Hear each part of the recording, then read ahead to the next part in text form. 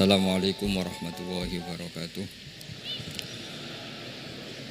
Bismillahirrahmanirrahim. Tabarakalladzi nazzala al-furqana ala 'abdihi liyakuna lil 'alamin nadhira. Allahumma shalli wa sallim ala sayyidina Maulana Muhammadin wa ala alihi washabihi asma'in amma ba'du. Begini ya, ini kan abahnya Kiai Mas Buhin juga namanya Faqih, gurunya juga Kiai Abdul Faqih.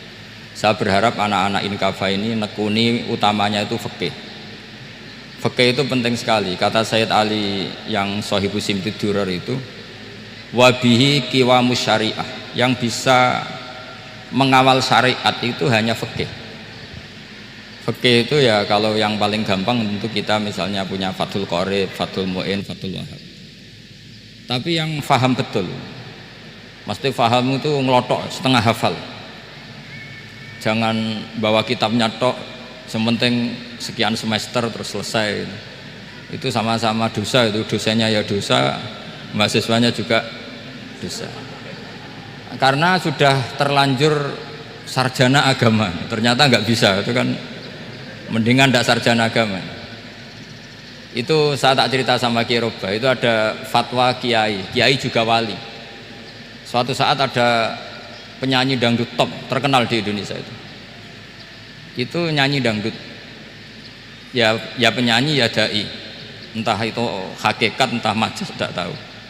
Itu kiai itu fatwanya lucu, kalau kamu datangi dia pas main dangdut masih saya beri izin, tapi kalau datangi dia pas pengajian itu tak larang. Kan santrinya jadi iskal, ini pas pengajian dilarang, pas dangdutan kok malah dapat izin. Tapi bukan berarti halal ya, dapat izin. Dapat izin kan potensinya bisa karena dilarang lah ya tetap belerot. Terus suatu saat si santri ini setengah wali, tidak wali tapi setengah. Lama-lama itu memahami gurunya, ternyata sirinya begini. Kalau seorang penyanyi yang tidak pernah ngaji kemudian ngomong agama, itu potensinya itu fadallu wa adallu, sesat dan menyesatkan. Tapi kalau dia sedang nyanyi dangdut, penyanyinya cowok, sama jangan bayangkan dangdut putri, enggak itu cowok sudah tua lagi. Jadi potensi halalnya ada lah maksudnya untuk, tapi tidak alat musiknya, orangnya. Tapi kalau dia nyanyi itu paling dosanya hanya nyanyi. Saya ulang lagi ya, murid tadi akhirnya paham kalau datangi pengajian itu artinya ikrar kalau dia seorang dai atau seorang yang layak ngomong apa? Agama. Itu lebih bahaya karena kita santri, apalagi kita doktor atau MM, terus ngekrori orang yang nggak jelas asal usulnya. Tapi kalau nyanyi kan nyanyi saja, sehingga itu menjadi fikih. Bahaya terbesar dalam fikih adalah apa? Mengkaji fikih tidak dari ahlinya. Ya saya ulang lagi ya, mengkaji fikih tidak dari apa? Ahlinya. Nah kenapa demikian? Begini, saya beri contoh. Ilmu fikih itu tentu pertama dari Rasulullah SAW, kemudian bersanad sampai kita atau kita sampai Rasulullah. Itu ngalami sekian ijtihad yang tidak mudah. Saya beri sekian contoh. Dulu Imam Syafi'i itu sukanya sama guru yang miskin ya, karena rata-rata santri juga miskin, jadi mesti ngidolakan guru yang miskin. Karena sesama miskinnya harus berkoalisi. Tapi akhirnya gurunya Imam Syafi'i itu miskin sekali. Namanya Muslim bin Khalid Az-Zanji itu miskin, Sufyan As-Tsauri miskin, Sufyan bin Uyainah miskin. Setelah ngaji di Medina itu Imam Malik itu kaya. Pas itu Imam Malik sudah kaya. Setiap ketemu Imam Syafi'i dikasih uang. Sampai ketika Imam Malik itu bilang, kamu sudah alim, ilmu saya sudah habis, kamu ngaji sama yang lain. Sama siapa? Kata Imam Malik, orang yang sealim saya sudah meninggal, namanya Abu Hanifah, tapi dia punya murid namanya Muhammad bin Hasan Asy-Syaibani, kamu ke sana. Terus Imam Malik datang ke Baqi. Dulu Baqi itu pasar rental ya Grab lah kita kalau sekarang itu. Mengumumkan siapa kafilah yang mau ke Irak. Kita ya Imam Malik, dibayari sama Imam Malik, ini antar ke Irak, ke Muhammad bin Hasan Asy-Syaibani. Imam Malik mulai ngeper, guru saya yang miskin tidak pernah nyangoni, guru-guru saya yang kaya sering nyangoni.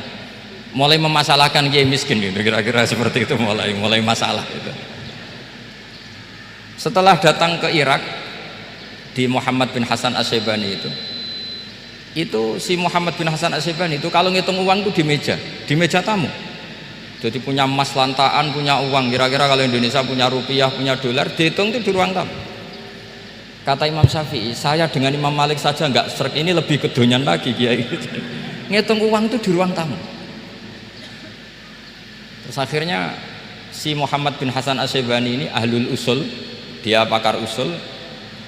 Kamu heran sama saya? Iya, kiai kok kedonyan. Ya ngomong gitu. Tapi kata Muhammad bin Hasan Asy-Syaibani, kalau kiai tidak boleh kaya, itu tak kayak wong fasik, ben gue demenan, gue mabuk. Oh jangan, nanti dipakai maksiat. Penjenengan mawon kersane digetokan, berarti kiai oleh sugih, pun angsal-angsal. Semenjak itu jadi satu fikih bagi Imam Syafi'i. Ternyata kalau mengharamkan kiai sugih berarti membolehkan yang fasik sugih. Kalau yang fasik sugih bisa dipakai i'anah alal maksiyah. Semenjak itu mindset pikiran Imam Syafi'i rubah. Saking rubahnya sampai beliau berpendapat orang bisa beli Alphard kok beli carry itu haram. Bisa jadi bupati kayak Pak Roba kok jadi RT haram. Pokoknya gitu. Bisa keren Kak Gus Bak kok jadi orang pendengar haram. Pokoknya haram terus. Karena dalil beliau al-Islam ya'lu wala yula alaih. Coba sampean ridho misalnya jadi orang Gresik dipimpin orang yang nggak sholat, ridho ndak? Ndak. Atau sholat tapi nggak bisa ngaji, ridho ndak? Ketika yang bisa ngaji berpotensi jadi bubah, terus keterusan. Karena Imam Syafi'i keterusan, ya umatnya keterusan. Akhirnya orang-orang Syafi'i itu politikus rata-rata. Ya, makanya sampean jangan kaget sama Baroba. Kakak saya wakil bupati dulu. Putranya Mbah Mun ada yang wakil apa? Gubernur. Dulu Gus Wahid ya menteri agama. Itu asal usul dari perubahan fikih, mindset, cara berpikir Imam siapa? Syafi'i. Jadi dulu itu fikih ditemukan itu jelimet, ada perdebatan. Itu tidak hanya pada level ulama, pada level Nabi pun ada perdebatan. Jadi jangan kira Nabi itu tidak debat, ya debat. Nabi itu asal seangkatan itu mesti debat, termasuk debat dengan malaikat. Jadi kalau perlu ya debat sama apa? Karena malaikat itu kan lugu itu gak iso mikir. Karena kalau malaikat iso mikir bisa jadi rektor. Nanti kasihan Pak Salam ini. Malaikat gak boleh jadi rektor. Malaikat Israel itu gak tahu etika. Jadi beliau ketika mau membunuh, mencabut nyawanya Ibrahim datang, ya Ibrahim saya ini disuruh nyabut nyawa kamu. Kata Ibrahim, wah kamu itu pasti salah. Kamu tahu saya siapa? Saya ini Khalilur Rahman, kekasih Allah. Masa kekasih membunuh yang dikasih? Ini enggak benar, logika itu enggak benar. Pasti kamu salah. Karena Israel itu tidak bisa debat. Ketika ditanya, hal ra'aita khalilan yumitu khalilah? Masa kekasih membunuh yang dikasih? Saya ini Khalilur Rahman. Masa Allah mencintai saya kemudian membunuh saya? Itu logika agak benar. Enggak, keliru, kamu itu keliru. Israel akhirnya terbang lagi. Ya Allah, katanya logika saya ini salah. Karena masa kekasih membunuh yang dikasih. Karena Israel nggak pernah sekolah, nggak pernah sekolah, nggak bisa dia jawab. Akhirnya diajarin Allah. Dah kamu bilang gini ke Ibrahim. Hal ra'aita khalilan yakrahu ayyalqa khalilah. Masa kekasih tidak siap ketemu yang dikasih. Dibalik logikanya. Akhirnya datang lagi ke Israel. Kata Allah begini, masa jenengan kekasihnya tidak siap ketemu yang kau kasih? Oh ya ya oke, mati gak apa-apa. Jadi ilmu itu ngalamin perdebatan. Jadi saya datang murni karena Kiai Mas Buhin, bukan karena MC. Itu dosa besar kalau saya datang karena MC. Karena saya punya kewajiban yang lebih besar. Jadi yang bisa mengalahkan adalah a'dzama minhu, yang super besar kira-kira gitu. Karena jelas ada riwayat inna min abaril birri silatar rojuli ahla wuddi abih. Ya, inna min abaril birri silatar rojul ahla wuddi abih. Di antara kebaikan yang sangat baik adalah seseorang menyambung teman bapaknya. Padahal sampean kan nggak mungkin teman bapak saya. Teman saya aja nggak mungkin, nggak level apalagi bapak saya kan. Jadi malah mohal itu. Jadi ilmu itu harus mengalami satu gesekan, karena logika itu bisa dibalik. Nah karena ilmu itu ngalami satu gesekan, satu logika yang bisa kayak iya kayak enggak, sehingga jargon di dunia ijtihad itu begini, ra'yuna shawabun yahtamilul khata' wa ra'yuka khata'un yahtamilus shawab. Pendapat saya benar tapi mungkin salah, tapi pendapat kamu taruhannya salah dulu tapi ya mungkin benar. Jadi mustahid, kalau ketemu mustahid itu lucu ngomongnya itu, ra'yuna shawabun yahtamilul khata', pendapat saya tarifnya benar dulu tapi ya mungkin salah. Kalau pendapat kamu salah tapi ya mungkin benar atau mungkin bisa salah, ya tidak tahu, pokoknya mungkin benar. Nah kenapa demikian? Begini, di luar masalah tauhid, saya ulang lagi, di luar masalah tauhid itu tentu ada masalah-masalah yang sifatnya ijtihadiyah. Ya saya ulang lagi, yang sifatnya apa? Ijtihadiyah. Dan ijtihadiyah ini nggak pernah selesai karena muqtadul hal, konteks kesejarahan maupun konteks kesempatan itu tidak sama. Dulu kiai-kiai itu ngaramkan dasi, ngaramkan celana, karena yang celananan yang dasinan itu penjajah, sehingga mantasabbaha biqaumin fahuwa minhu. Tapi lama-lama kiai-kiai itu ya pakai dasi, pakai celana. Ya karena dianggap sudah tidak mantasabbaha biqaumin fahuwa minhu. Ini ngalami pergeseran. Semua ijtihad itu ngalami pergeseran. Lalu pertanyaannya begini, lalu ijtihad apa Gus yang permanen? Yang permanen ya ijtihad dengan alatul ijtihad, dengan alat-alat apa? Ijtihad. Saya beri contoh misalnya begini. Nabi Musa itu yang ngalami ijtihad. Kata beliau karena kangen Allah, itu ingin melihat Allah karena kangen. Rabbi arini anzur ilai. Qala lan tarani walakin anzur ilal jabal. Ya sudah, namanya orang kangen ya ingin melihat. Ya sudah gitu aja. Sehingga ahli ilmu kalam itu berdebat. Kalau kata ahli sunnah, karena Nabi Musa minta ingin melihat Allah, berarti melihat Allah itu jaiz, mungkin. Karena Nabi gak boleh bodoh meminta sesuatu yang mau hal. Maka antipatinya ahli sunnah terhadap pendapat Mu'tazilah itu antipati. Karena menurut pendapat Mu'tazilah Allah itu qadim, Allah itu laisa kamislihi syai'un, sehingga gak bisa dilihat. Pertanyaannya adalah berarti Nabi Musa meminta sesuatu yang mau hal, itu bodoh sekali sampai gak tahu mana muhal mana apa jaiz. Makanya kata Imam Ghazali, masa Nabi Musa yang Nabi gak tahu kalau melihat Allah itu muhal, sampai minta berarti nganggap itu jaiz atau boleh. Itu cara pandang orang-orang ahli sunnah apa? Wal jamaah. Tapi tetap saja sebagian ulama itu ya balelo, yang kayak Mu'tazilah itu ya balelo, cara berpikir pokoknya itu karena kangen, bukan karena mungkin atau tidak mungkin. Jadi nggak mungkinnya tetap tidak mungkin. Terus mereka dalil la tudrikul absar wa huwa yudrikul absar. Nah sudut pandang ini akan terus. Ada seorang wali ditanya, kalau kamu di surga ingin melihat Allah apa enggak? Jawabannya enggak. Kenapa aja? Kasihan Allah. Terus kenapa aja? Unazzihu dzalikal jamala an-nadhari misli. Saya tidak ridho Allah yang hebat, yang keren, kemudian sing delok di rumah aku wong gresik. Koyok gak ngergani pangeran. Sebenarnya sing delok Allah ben golongane Nabi Muhammad, Nabi Ibrahim, kowe ora usah ngilangi keren maksudnya itu. Jadi ada ulama itu jadi wali kalau sholat itu karena di soft belakang, tapi jangan ditiru. Itu kan gak lazim ya, lazimnya kan afdhalus sufuf as-saful awal. Ketika ditanya kenapa kamu kalau sholat di belakang, cek GR koyok wani suwan pangeran gue ngarep, aku sungkan berarti gue gurih lagi. Kalau sampean kan karena males, bukan karena sungkan. Jadi itu artinya rasa ya. Makanya nggak bisa, nggak ada ijtihad itu tidak mungkin karena perasaannya orang itu beda-beda.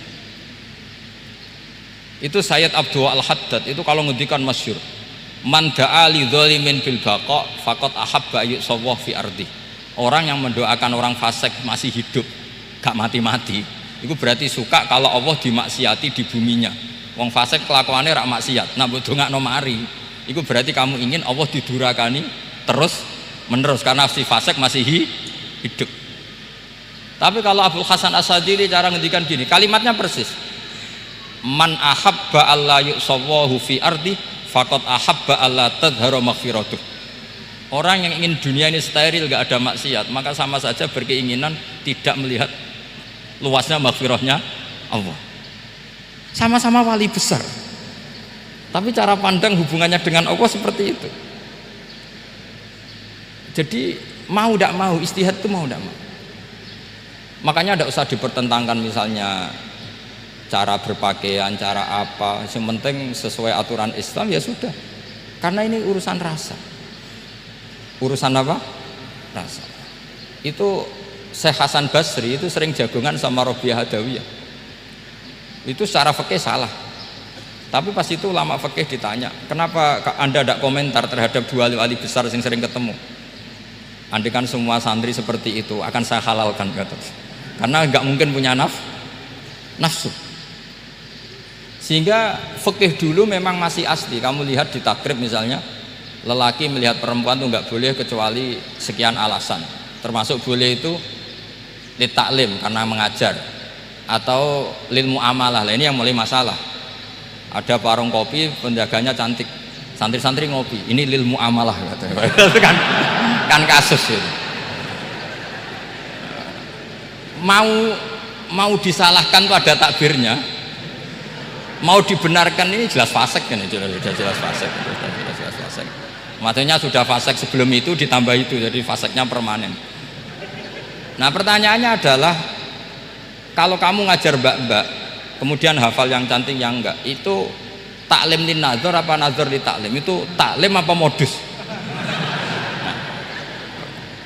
Makanya kalau ngopi cari bakul yang cantik, itu muamalah untuk nazar apa nazar untuk muamalah?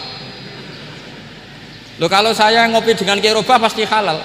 Karena begini, berjalan saja, bareng capek, nggak tahu itu warungnya siapa, terus berhenti ngopi. Kebetulan bakulnya cantik. Nah itu mungkin halal, karena kan saya tidak milih-milih. Ingin ngopi kebetulan bakulnya cantik. Kalau kamu kan nggak apal daftarnya. Wah itu mesti haram itu, mesti haram itu. Karena berarti kan kamu menjadikan ngopi ini modus. Gue jagani nak takok pangeran. Lo kok nazar? Muamalah Gusti, muamalah. Itu mesti modus. Maka fikih itu harus dikawal oleh tasawuf. Kalau ndak, semua hukum fikih bisa diakalin. Makanya Imam Bukhari punya satu bab namanya Kitabul Khiyal. Bab mengkhilaf fikih. Beliau itu antinya sama Abu Hanifah itu luar biasa. Nggak ada ulama dibenci Imam Bukhari kayak Abu Hanifah. Masyhur itu. Untungnya beliau nggak menangi Abu Hanifah. Kalau menangi geger terus ya. Bisa bahsul masail terus ya. Itu Abu Hanifah itu ulama yang suka khilah. Khilah itu ngerekayasa hukum. Misalnya begini, saya ini puasa agak lemes, ujian agak lemes, apalagi kiai serapati di duit, santri beling-beling lemes ini. Apa mangan itu kan, poso-poso kok mangan kan gak keren. Supaya saya bisa makan dan halal, saya bisa ngajak kiai Robai ya jalan-jalan, nyari yang jarak 2 marhalah, ya sudah, terus bisa makan. Kalau ditanya Allah kok makan, musafir.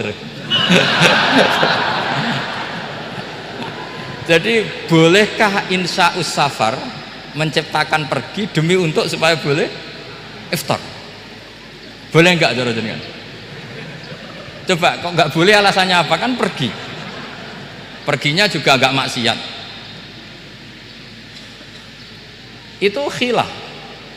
Tapi Sayyid Muhammad, Abuya Sayyid Muhammad bin Alawi, Sayyid Muhammad itu membela Abu Hanifah. Artinya membela jangan semua khilaf itu diharamkan. Karena itu cara, saya ulang lagi, karena itu cara untuk mengawal bahwa hukum Allah itu luas. Karena kalau nggak ada khilaf itu ya kita kesulitan. Misalnya begini, ini penjelasannya, makanya kita harus sering mendengar. Saya itu dulu masih sangat fikih itu protes, kenapa ada polisi wanita? Itu kan pekerjaan cowok ya, pekerjaan pria. Tapi setelah mendapat penjelasan dari polisi itu alasannya masuk akal, Gus. Kadang-kadang orang nakal itu menyembunyikan narkoba itu di alat wanitanya. Itu kalau semua lelaki polisi kayak jenengan masalah itu. Sehingga memang harus ada polisi wanita, karena sebagian pengedar narkoba itu perempuan dan menyembunyikannya di tempat itu. Kalau semua polisi cowok kan nggak kebayang. Sehingga kita akhirnya mendengar membolehkan polisi itu wanita. Ada wilayah yang harus wanita. Begitu juga ada pertanyaan, kenapa sih dokter kandungan itu cowok? Saya punya banyak santri yang muhibin saya itu dokter kandungan. Tak tanya, kamu itu kok cowok kok jadi dokter kandungan? Kan pekerjaannya seperti itu. Dia jawabnya lucu. Dari 10 yang tes jadi dokter kandungan, itu yang cewek itu lulus 2, yang cowok lulus semua. Karena ketika cewek dites melihat ketuban pecah darah itu langsung pingsan. Sehingga yang secara psikologi dablek itu kan memang lelaki. Jadi roh wongnya sewakit santai. Kadang nggak lahir-lahir dinteni nang jopo rokokane santai. Itu kalau cewek yang jadi dokter kandungan itu nunggu jam 11, jam 4 sudah pingsan. Nah ini cerita, bukan berarti saya menghalalkan, enggak. Kita harus mendengar, saya ulang lagi, kita harus apa? Dan itu setelah mendengar itu nanti jadi disiplin ilmu, yaitu namanya fikih. Saya berkali-kali cerita di mana-mana cerita, fikih itu harus dievaluasi karena ini masalah furu'iyah. Saya berkali-kali cerita di mana-mana.